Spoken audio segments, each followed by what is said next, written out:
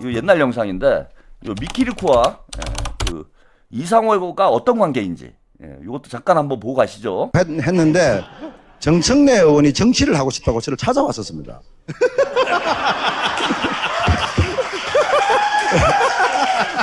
왜냐면 그때 실력을 본 거예요. 워낙 능력이 있으니까. 정청래 의원이 뭐 하여튼 저를 찾아와서 왜 노무현 대통령 안 봤냐 이러길래 제가 사실은 좀 폼 잡고 싶어서 뭐 오히려 노무현 대통령에게 내가 고맙지 뭐 노무현 대통령이 나한테 고마워야 될 일이 뭐 있노. 내가 세상에 눈을 떴는데 이렇게 이야기를 그때 했던 게 팩트였고 사실은 전화할 때는 좀 삐졌어. 전화를 내가 안 올라갔어요. 왜냐하면 무슨 심리인지는 잘 모르겠어요. 노무현 대통령이 당선이 됐는데 노무현 대통령께서 거의 24시간 계속 특집 방송이 나오잖아요. 그런데 제 얼굴이 많이 안 나오더라고요.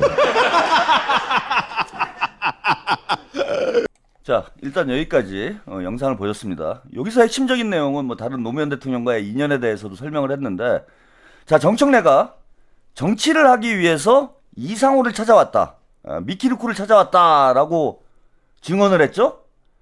예, 그러니까 정청래의 정치적 아버지가 미키루크예요. 그러니까 김어준도 정청래에게 영향을 많이 미치는 인물이지만 제가 볼 때 미키루크는 정청래에게 절대적인 영향을 줄 수밖에 없다. 정청래에게 금배지를 달아준 사람이 여러분 미키루크라고 보시면 됩니다. 그러니까 미키루크를 안 따를 수가 없는 거죠. 정청래는 정치적 아버지와 같은 역할을 하시는 분이 양말을 파셨다. 예? 그리고 정청래가 어떻게 정치에 입문하게 됐는지 여러분 기가 막히죠. 참 창피합니다. 자, 그리고 이렇게 연줄 잡아가지고 노사모 줄 타고 그러니까 정청래가 정치를 실력이 있을 수가 없는 거예요. 저렇게 줄 타고 정치하는 사람이 어떻게 실력을 기를 수가 있겠습니까? 그냥 노무현 대통령하고의 인연을 줄 타고 들어와서 금배지 다른 사람이 과연 실력을 쌓을 수 있었겠어요, 여러분? 그래서 정청래가 저 정도 실력밖에 안 되는 거예요. 문재인 정부의 탄생 과정에서도 미키루크의 역할이 적지 않았습니다. 그 부분에 대한 증언도 나와요. 이것도 영상으로 잠깐 만나보고 가시죠. 원래는 좋아했는데. 내가 자기를 얼마나 좋아했는데. 그 당시에는요, 미키루크가 움직여야 경선장을 달굴 수 있었고, 실제로 미키루크가 수천 명을 지금 움직이고 경선 분위기를 이끌어가고 있는데, 유시민은 엘리트잖아요. 그러니까 묘한 그런 게 있었을 거예요. 그건 아니고. 그건 아니고. 아니, 그 양반 자체가 원래 살갑지가 않아요. 원래 표정부터 그렇잖아. 그래서 사람들이 좀 티꺼워해요. 그래서 이제 잘 모르는 사람들은 정봉주 의원도 싫어했고 정청래 의원도 싫어했었고. 저는 유시민 이사장님하고 뭐 토론하라 하면 토론 안 되죠. 선거를 붙으면 저는 이길 자신이 있어요. 선거를 붙으면. 자신은 누구든지 가질 수 있잖아요. 결과는 어떻게 나올지라도. 그런데 이게 사실인 것이, 지난 총선 끝나고 나서 문재인 대통령이 전화를 했어요. 고맙다고. 부산 지역에 여러 명이 됐잖아요. 대구도 되고. 이 친구가 거기서 숨은 역할을 정말 많이 했어요. 문재인 대통령이 그걸 알고 있어요. 꼭 숨진 않았어요. 역할 좀. 아니 뭐 팩트니까 제가 자랑하는 걸 좀 쑥스러워하는 편인데, 아니 뭐 대통령께서 뭐 그런 편 잘 안 쓰는데 전화가 와서 퍼펙터 미키 씨 완전 퍼펙터 이러시는 거예요. 너무 좋으셔가지고. 그래서 내가 이걸 언젠가 써먹어야 했는데 오늘 써먹네요. 언제 노무현 대통령 10주기잖아요. 근데 저도 최근에 안 일이 있었어요. 5월 23일 날 돌아가셨잖아요. 5월 22일 날 예감이 안 좋았대요. 서로 너무 친하니까 느낌이라는 게 있는 거예요. 그래서 5월 22일 날 봉화로 전화를 했답니다. 그 얘기를 한번 해보세요. 아니 뭐 제가 그때 이제 그 MB 쪽에서 압수수색도 받고 뭐 여러 가지 너무 힘들었어요. 그리고 대지저금통 때문에 또 재판도 받고 뭐 집행유예 받고 뭐 벌금 받고 뭐 이러면서 막 불려다녔어요. MB 검찰에. 그래서 제가 볼리비아에 뭐 광산업 하러 간다고 도망갔는데. 볼리비아 광산. 그래가지고 왔다 갔다 할 때인데 오마이뉴스의 기사가 그 인적이 끊어진 봉화 이렇게 해서 파리 한 명은 아니지. 파리 한 마리도 오지 않는 이걸 이제 보고 내가 봉화에 전화를 했어요. 전화를 했더니 이제 김경수 비서관이 전화를 받더라고요. 근데 대통령 좀 뵈야 될 것 같다. 근데 가겠다 이랬더니 김경수 비서관이 전화로 전해드리겠습니다. 선배님 자리 계시죠? 예, 뭐 잘 있습니다. 뭐 이래. 전화를 끊었는데 전화가 연락이 안 와서 다시 전화를 했어요. 전화를 했더니 대통령께서 이번에는 좀 안 내려왔으면 좋겠다 말씀을 하셨어. 나는 오늘은 무조건 가야 되겠다. 그랬더니 김경수 비서관이 다시 전해드리겠습니다. 라고 했더니 비키 너무 보고 싶은데 막걸리 한잔 하고 싶다. 근데 조금 조용해지면 한잔 하자. 그래서 난 무조건 가야 되겠다. 그러니까 내가 좀 억지가 좀 세니까 선배님 정말 부탁인데 오늘 정말 대통령께서 안 왔으면 좋겠다고 말씀하십니다. 근데 지금 열차표 끊었다니까요. 했는데도 안 왔으면 좋겠다고 했어. 나 그럼 내일 갈게요. 그러면 내일 가면 되지요. 뭐 이러고 이제 술을 먹고 이제 아침에 눈을 뜨니까 속보가 나와 있더라고요. 자, 뭐 여기까지 보였습니다. 예, 여러분들 많이 힘들어 하시네요. 근데 이게 이제 몇 년 전에 이런 방송들을 하고 있었던 거예요. 요즘 뭐 명팔이 한다고 저 친문 세력들이 친명 정치인들을 막 비난을 하고 공격을 하고 있는데 지들은 뭐 대놓고 하고 있죠. 근데 이제 재밌는 얘기가 나와요. 이제 유시민이 이제 별로 안 좋아했고, 그 유시민이 그런 얘기를 했다고 해요. 미키루크 씨한테, 미키루크한테 너는 몸빵이다. 머리 쓰는 거 못한다. 저분이 이제 문재인 정부 탄생에 일정한 역할을 했음에도 불구하고, 여러분들이 이제 저분을 잘 모르는 이유가 뭐냐면은 미키루크를 잘 모르는 이유가 머리 쓰는 일을 하실 수 있는 위치에 있는 그런 분이 아니기 때문이다. 그러니까 어디에 등용될 수가 없는 거죠. 뭐 할 수 있는 역할이 없는 거야, 정부 내에서는. 그래서 본인이 뭐 정치에 출마를 하긴 했지만은 정부에서 역할을 할 수는 없다 보니까 그 비중 있는 자리에서 우리 시민 여러분들이 알만한 역할을 하지는 못했다. 근데 본인이 그런 얘기 하잖아. 자기가 뭐 토론을 하면 유시민을 못 이겨도 선거는 이길 수 있다. 한마디로 선거 기술자예요. 선거 기술자입니다. 그 미키루크 씨 선거 때만 되면은 양정철처럼 미키루크 얘기가 많이 나와요. 선거 때만 되면 나오는 사람이에요. 저 사람 얘기가. 지난번 당대표 선거 때도 미키루크가 관여를 했습니다. 그래서 미키루크에 대해서 작년 당대표 선거 때 제가 방송을 한번 했어요. 보신 분들 기억이 날 거야, 아마. 그 지난번 당대표 선거 때, 제가 아까 말씀드린 대로 룰이 없는 사람이라고 그랬잖아요. 네거티브 전문가라고 보시면 돼요. 온갖 지저분한 짓을 동원해서라도 선거에 이기는 이런 기술을 가지고 있는 사람이고, 그러다 보니까 매우 위험한 사람입니다. 지금 털레반들하고 청래당 딴지 게시판이 개판 5분 전인 이유 중에 하나도 저는 저런 분들이 지금 지휘를 하고 있다고 봐요. 그러니까 미키루크야말로 진짜 철거 전문가인 거지. 그러니까 친문 진영에서 저를 유시민 씨가 자꾸 오해하는 이유가 있어요. 제가 미키루크인 줄 아는 거야. 이재명의 미키루크인 줄 아는 거예요.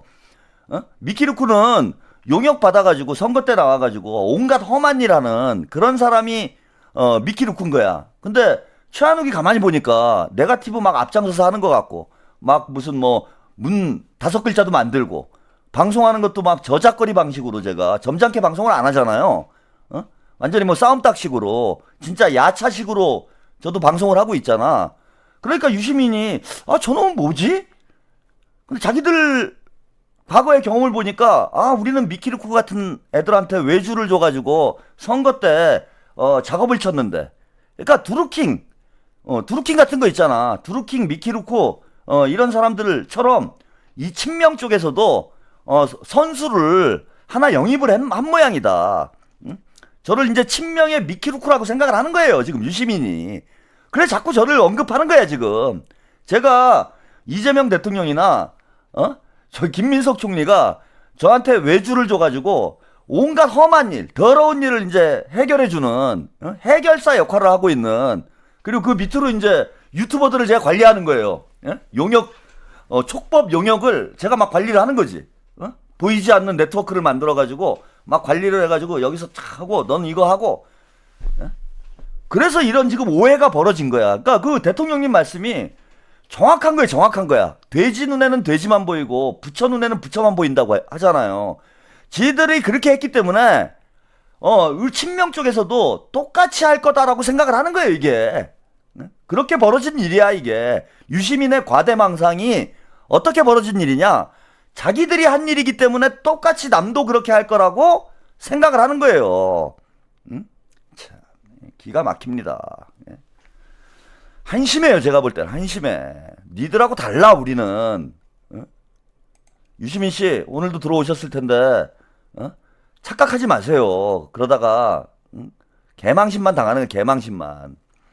근데 이 사람이 문제가 심각합니다. 예, 여기 보시면은, 노사모, 미키루코, 이상호, 징역 1년 6개월 확정, 이런 보도가 있었어요. 이게 라임 사태 때, 예, 핵심 인물이었던 김봉현한테 돈을 받아가지고, 이상호가, 이게 일종의 뭐 저는 친문 게이트라고 봐요. 친문 386 정치인들이, 이 라임 자산 운용에 뒤를 봐주고, 돈을 받지 않았느냐. 예, 여기에 관련된 사람들이 뭐 여럿이 나왔죠.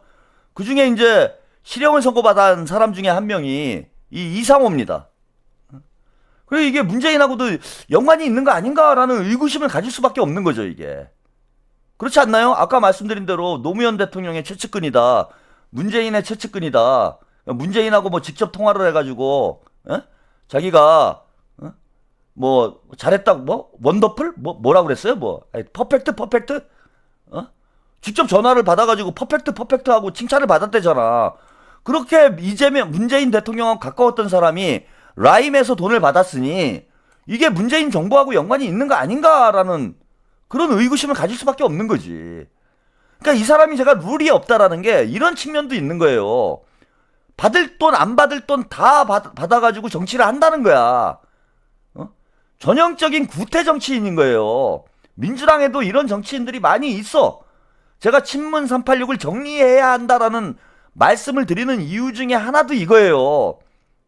단지 노선적으로, 정치적으로 입장이 달라서가 아니라, 이렇게 부패했기 때문에 이 부패한 정치인들이 어떻게 민주당을 혁신하고 대한민국을 혁신하고 하겠습니까? 그래서 라임 사건의 주요한 인물 중에 한 명이었다. 이런 게 있고요. 또 하나 이건 보시면 여러분들이 깜짝 놀랄 텐데 이런 사람이 나대고 설치고 다니면 이재명 정부 망합니다. 그리고 정청래라는 사람 뒤에 이 사람이 정청래의 머리예요. 정청래의 우뇌야, 우뇌. 우뇌가 완전히 썩었는데 정청래가 어떻게 좋은 정치를 하겠습니까? 제가 그래서 당대표 선거 때, 작년 당대표 선거 때 제가 박찬대 의원을 지지하기 때문에 정청래를 까는 것도 있지만 정청래라는 사람 자체가 당대표를 하면 안 되기 때문에 깐 게 더 커요.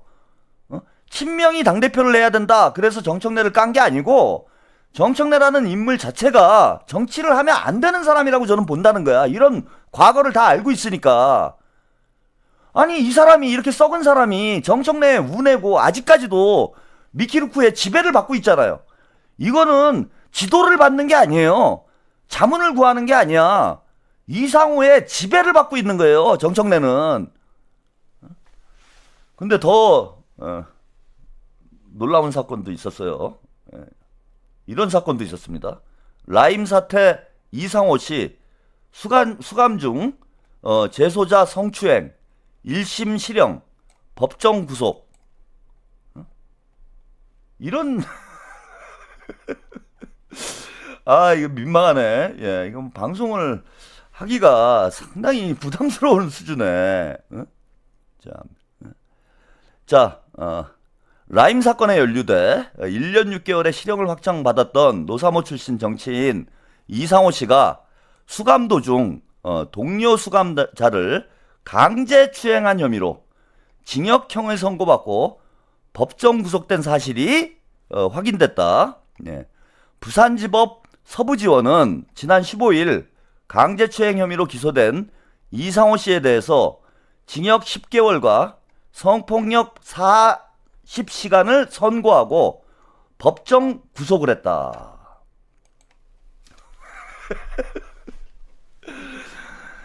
이게 정청래의 우뇌예요, 여러분.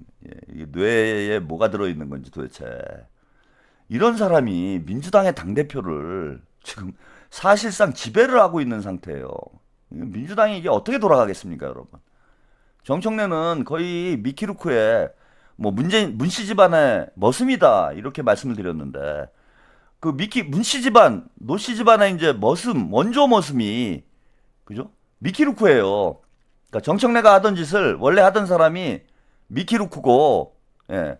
미키루크의 몸종이 정청래. 예? 환장하는 거죠, 지금. 이 사람이 나서가지고 지금 강훈식 비서실장을 깐 거예요. 이거 왜 어떡하면 좋습니까?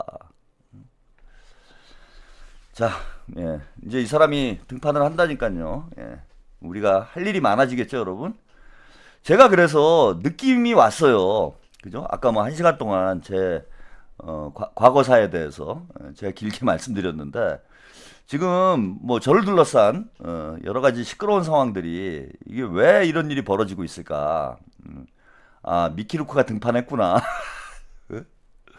저는 감을 잡은 거지. 아, 미키루크가 나타났구나. 이제 싸움판이 더러워지는구나. 룰이 없어졌구나. 쉽게 말씀드리면 룰이 없어진 거예요. 룰이 없어지니까 이런 더러운 짓거리가 지금 벌어지고 있는 거지. 그리고 쟤네들이 제일 죽여야 될 사람이 누굽니까 지금? 응? 여러분, 미키루크가 지금 정청래를 앞세워가지고 민주당을 먹으려고 하고 있는데 지금 이 앞길을 막고 있는 사람이 누구예요? 여러분 입장을 한번 바꿔놓고 생각해보세요. 정청래와 미키루크가 가장 꼴보기 싫은 사람, 가장 없어졌으면 좋겠는 사람, 가장 죽이고 싶은 사람. 그런데 요즘에 빅스피커가 된 사람, 한 달 사이에 누가 제일 싫을까요 지금? 아, 저를 가만히 놔두고 싶겠습니까?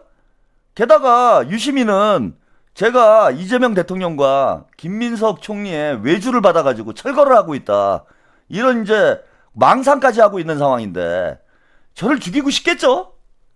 아, 이게 들어온 거구나.